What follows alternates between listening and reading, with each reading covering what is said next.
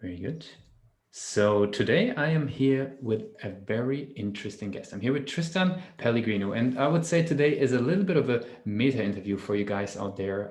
So since some of you have been listening into the Pathmark Presents podcast quite a bit, actually I have somebody here today who helps companies and specifically B2B marketers to get their podcast up and running and essentially in a service done for you. And we want to learn what that really means and how Tristan and his team help B2B marketers to get their podcast up and running and get started. So I don't want to, give you guys much more introduction. He's the co-founder of Motion, a motion agency. And essentially, that's what I do, help you guys to run a cool podcast. So Tristan, welcome to the show. Thanks for having me, Lucas. I appreciate the introduction. It was pretty good, spot on so far. Very good. So maybe tell us in your own words, what is it all about that you guys are doing? Yeah, so Motion, like you mentioned, is a done-for-you podcasting service for small, scrappy B2B tech marketing organizations. So if you can think of, B2B tech marketers that are pulled in a million directions, they're required to do so much to support the customer journey, which I know you know a lot about at Pathmark, right? They're required to develop all kinds of content to support that customer journey. And what we do is help them launch and grow shows that really support that customer journey and ensure that they're really closely aligned with their customer base. Very cool. Maybe you can give us an idea about the company first, right? Like maybe, an idea of how long you guys been around, maybe, I don't know, the amount of clients or what types of clients you're working with so that we can understand a little bit more about Motion. Yeah, so we originally started, so Motion is my second video agency that I've owned. I sold my first one to my former business partner. And when we started Motion, it was a video agency. So it was very project-based in nature. And so we were developing a lot of animated videos, a lot of live production, video series as well. And we were really working with a wide range of clients. So not just tech companies. We were working with nonprofit organizations, financial services, professional services firms. So it really was a wide range of folks that we were developing video content for. And so as we grew, we realized that a project-based model was going to be very difficult to get beyond a certain point, right? It was going to be difficult to scale beyond 1, 2, 3 million in annual revenue. And that's what I experienced in my previous agency. So what we had to do was really niche down and figure out how we wanted to develop a service model, a business model that would offer recurring value for clients, but then also give us some predictability where we're not always doing one-off projects every month. So that's where we landed on a podcast, because as we noticed, we were developing podcasts anyway for clients out of video content that we were creating. But what we decided to do was flip that around and let's start with developing a show. Let's niche down into the audience or into the customer base that we're most familiar with, which are tech companies. That's my background. And my business partner actually did a lot of outbound sales development for tech companies for a number of years. So that was the space that we loved. And so we selected that customer group, niched down our site, and built out a whole service package that really is all focused around a show. But then you get all these derivative types of content that come out of the podcast episode. So we still do so much video content that is based upon the recordings that you get out of your podcast format. Very cool. What would be the, typically the sort of like bottlenecks or, let's say the challenges or issues that B2B marketers have to get the show up and running? Like what is a recurring pattern that you see where they really need help? Yeah, so we help tech companies launch and grow shows. So the first big hurdle for a lot of our clients is getting started. There are so many moving parts. There's equipment, there's remote recording, there's by the way, the strategy and the theme. Like what is the basis of the show? Like what are we going to help our audience overcome? So what is the purpose? So we developed the framework to establish that for companies, and we get all the parts in place. We get the foundation intact. So that's really the first major hurdle that we find that companies have, is just launching. But then the secondary piece to that is growing the show in a way that meets the objectives that they set out with. And that could be just developing one-to-one relationships with their customers or prospects. That's one avenue. An objective might be to just build a lot of helpful content that's available for their prospects, and to build some awareness as to how their technology fits in and solves a problem. So that's where we work with clients every week. So we help them execute on their podcast. We work with them to refine their show, to develop the content that comes out of those recordings, video, audio, and written material. And we do that on a consistent basis. So we meet with them every week to help them refine the show as they move forward. And that's really the growing part of a show, because if you think about a podcast and the nature of the content, it's never really done. It's always a work in progress. Yeah, no, for sure, for sure. Super interesting. I mean, we talked about B2B marketers. Is there like certain verticals that you're seeing that, start going into podcasts more? Is it across the gamut? Like, what do you see? Is a typical client, let's say, of Motion?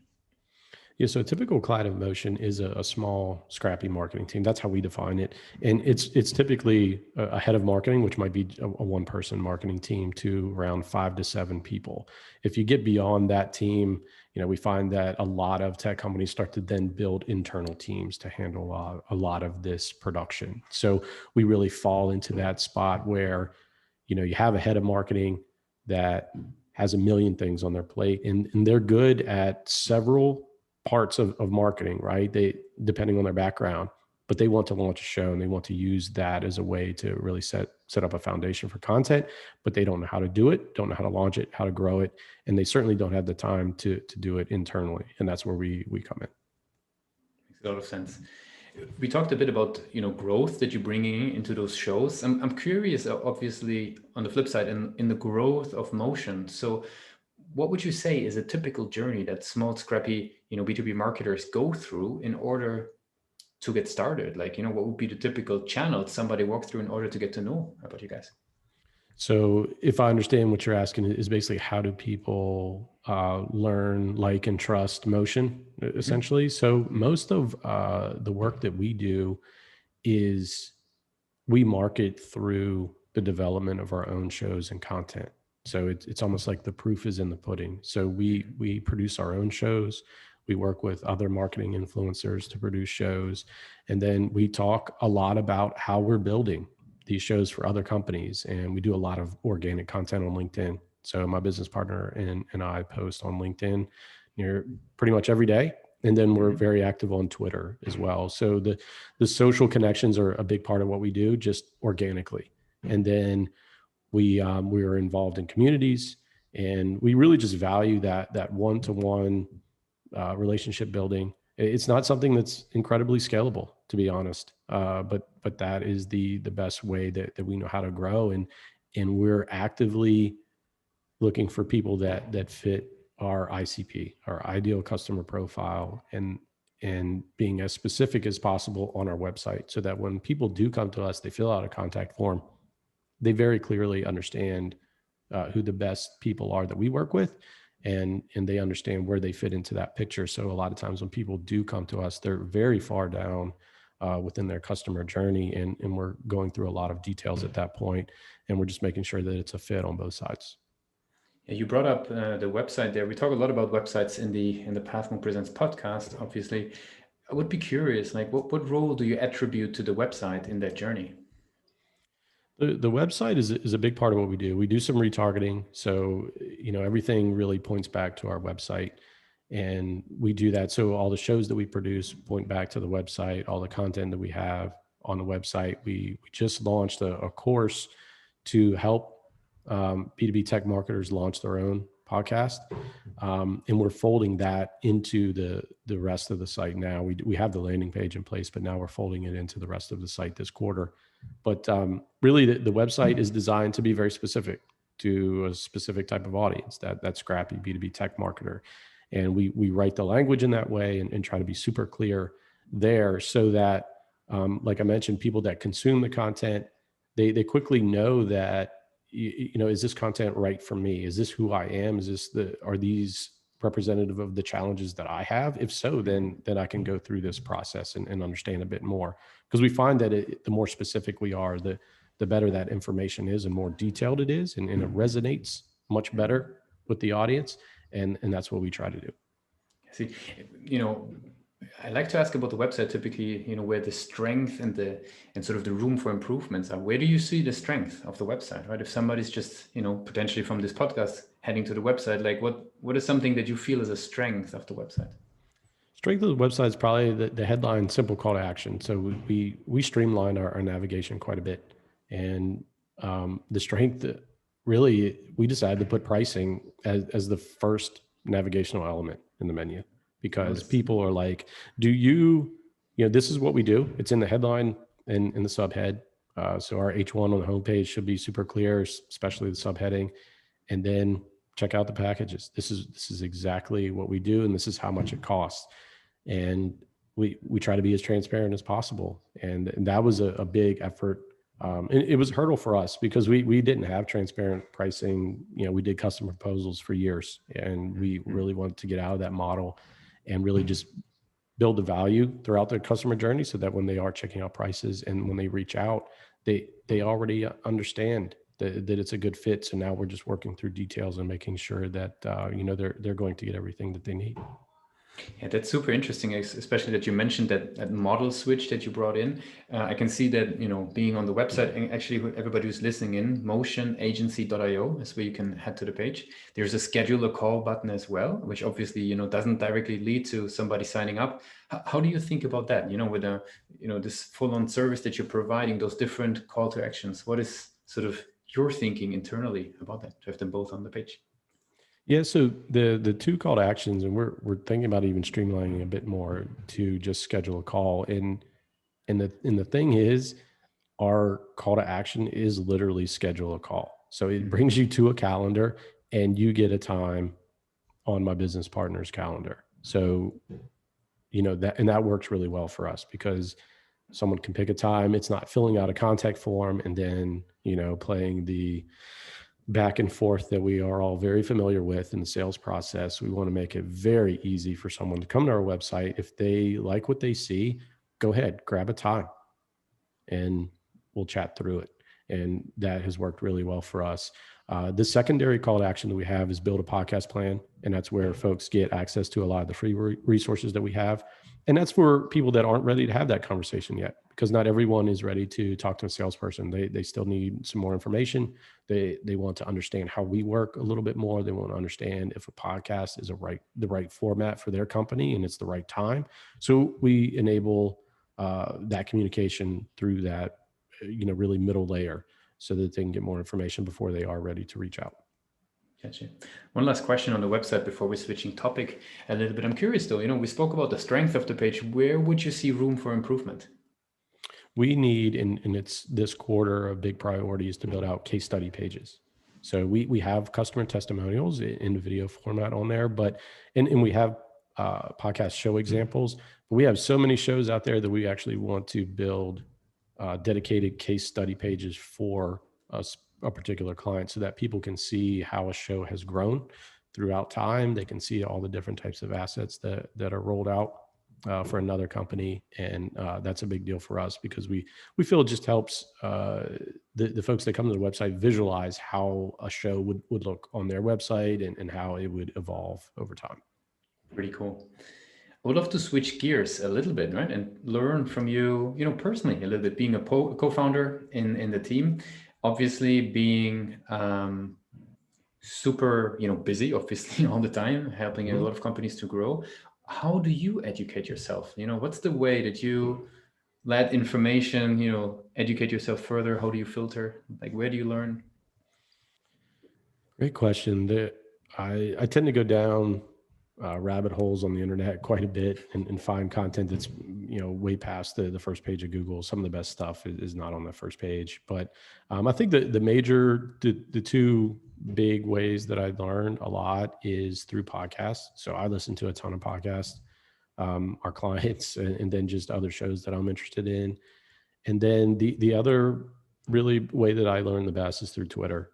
And there's a lot of just incredible information out there. There are a lot of folks that might not have 30,000 followers, but are really posting and publishing a lot of great content that you can learn from. And if you can find like your own little corner of Twitter and really get to know people on a one-to-one basis, that's really where the knowledge kicks in, and you start to really find people that are having similar challenges, where I think a lot of information that you find out on Google or even in your LinkedIn feed, it's very 101 surface level information. But if you can get very specific and understand what you're looking for, there's a community on Twitter for that. So that's another great area for me.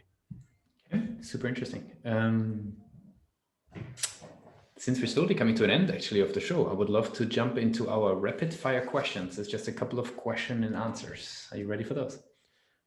I hope so. I hope I do okay. Yeah, I'm ready. Very good. What's the last book you read? Last book I read. Gosh, to be honest, I don't read a lot of books. I think it was the Content Fuel Framework. That was one that I read. It was over like the holiday season, and I went back. It's a slightly older book, but I went back and really just tried to get the mindset of how you can take like pillar content and break it apart. So that was a good one to just refresh that mindset over the holidays. What's the one single thing your companies focus on the most at the moment? Cleaning up our house and always refining our internal workflows. So we've rolled out a lot of video podcasts in the last quarter even, and what we're doing is refining our standard operating procedures. That's very important to us. So I'll always have to work on that. It's almost like a quarterly goal. Every quarter is to take those into consideration and figure out how we can improve our workflow. If there would be no boundaries in technology, what's the one thing you want to have fixed for the company? The one piece of technology that I wish we could fix? No, if there would be no boundaries, what's the one thing you want to fix in the company?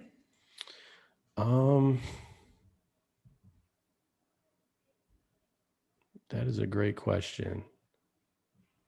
I would say,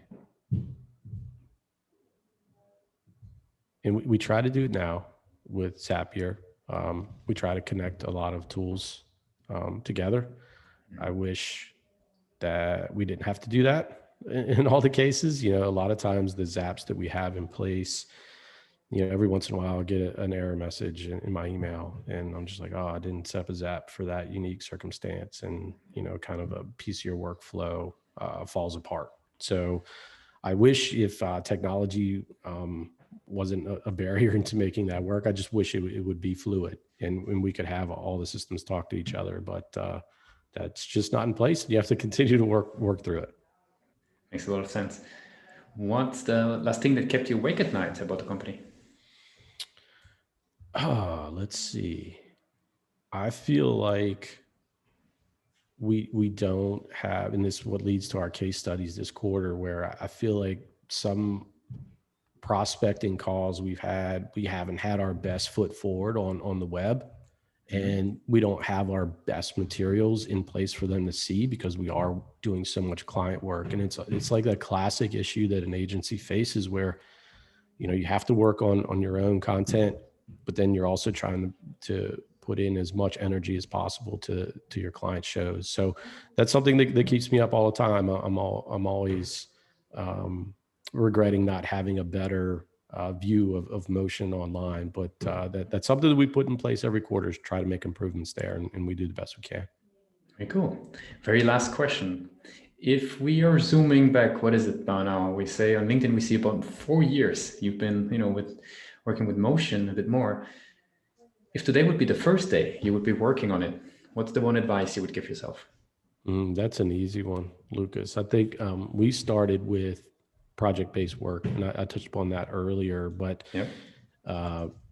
I would have gravitated more towards a recurring based plan and to develop packages every month for clients and to roll in as much as we could to really build value each and every month versus doing one-off projects every time. And we didn't get there until our 4th year.